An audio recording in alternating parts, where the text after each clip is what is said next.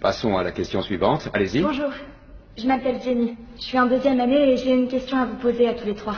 Pouvez-vous nous dire en une phrase au moins pourquoi... Vous comprenez ce que je veux dire. Vous pouvez nous dire pourquoi les États-Unis sont le plus grand pays du monde? L'égalité des chances et la diversité. Lewis?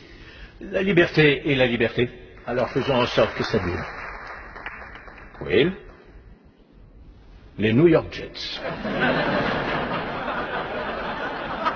Non. Je veux une réponse sérieuse cette fois. Qu'est-ce qui fait des États-Unis le plus grand pays du monde? Eh bien, ils viennent de le dire, l'égalité des chances, la diversité, la liberté et la liberté.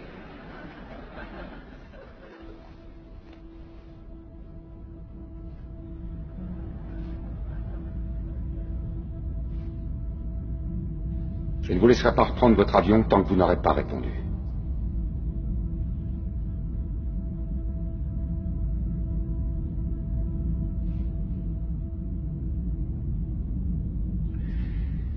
Bien, notre Constitution est un vrai chef-d'œuvre, James Madison était un génie. La Déclaration d'indépendance est selon moi l'œuvre la plus importante de notre histoire. Vous n'avez pas l'air satisfait.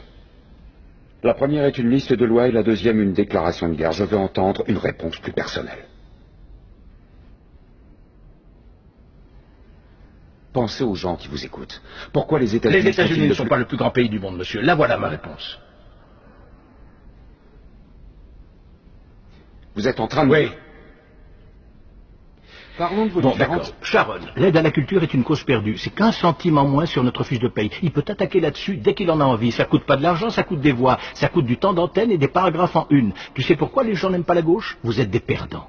Si vous êtes si malin, comment ça se fait que vous perdez comme des cons à toutes les élections? Et puis toi, comment tu fais pour garder ton sérieux en disant à des étudiants que notre pays est tellement exceptionnel et merveilleux que nous sommes le seul peuple dans le monde à connaître la liberté? Le Canada est un pays libre, le Japon est un pays libre. L'Angleterre, la France, l'Italie, l'Allemagne, l'Espagne, l'Australie et la Belgique sont des pays libres. Parmi les 207 États souverains qu'il y a dans le monde, 180 d'entre eux sont des pays libres. Enchaînons. Et toi, la fille à papa, écoute, juste au cas où tu t'aventurerais accidentellement dans un bureau de vote, il y a certaines choses qu'il vaut mieux que tu comprennes. Par exemple, qu'il n'y a absolument aucune preuve qui atteste que les États-Unis sont le plus grand pays du monde. Nous sommes 7e en ce qui concerne le taux d'alphabétisation, 27e en maths, 22e en sciences, 49e en espérance de vie, 178e en mortalité infantile, 4e en force de travail, 3e en revenu médian des ménages et 4e en exportation. Nous sommes premiers dans seulement 3 catégories. La proportion de citoyens incarcérés par habitant, le nombre d'adultes qui croient que les anges existent et les dépenses militaires qui sont plus élevées que celles des 26 pays suivants cumulés, dont 25 sont nos alliés. Alors bien sûr, rien de tout ça n'est la faute d'une jeune étudiante en journalisme. Mais ça montre malgré tout de manière flagrante que tu fais partie de la pire génération qui a jamais vu le jour dans toute l'histoire de ce pays. Si tu me demandes ce qui fait des États-Unis le plus grand pays du monde, la question est tellement conne que je n'ai aucune réponse.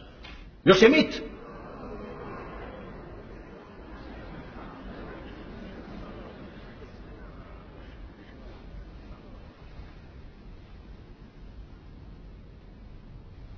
On l'a été autrefois.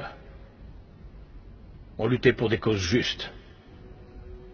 On a voté des lois pour défendre nos valeurs. On en a abrogé d'autres contraires à ces mêmes valeurs. On menait des guerres contre la pauvreté, pas contre les pauvres.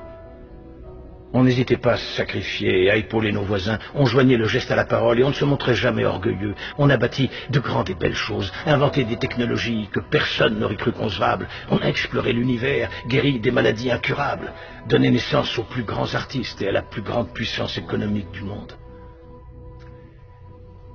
Notre ambition nous donnait des ailes. On agissait en homme et on cultivait notre intelligence. On ne rabaissait pas celle des autres de peur de nous sentir inférieurs. On n'était pas défini par la personne pour qui on avait voté aux élections précédentes, et on n'avait pas aussi peur.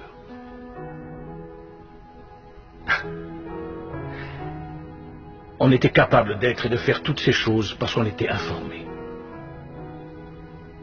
Par de grands hommes, des hommes respectés. La première étape dans la résolution d'un problème est de reconnaître qu'il y en a un. Qu'on le veuille ou non, les États-Unis ne sont plus le plus grand pays du monde.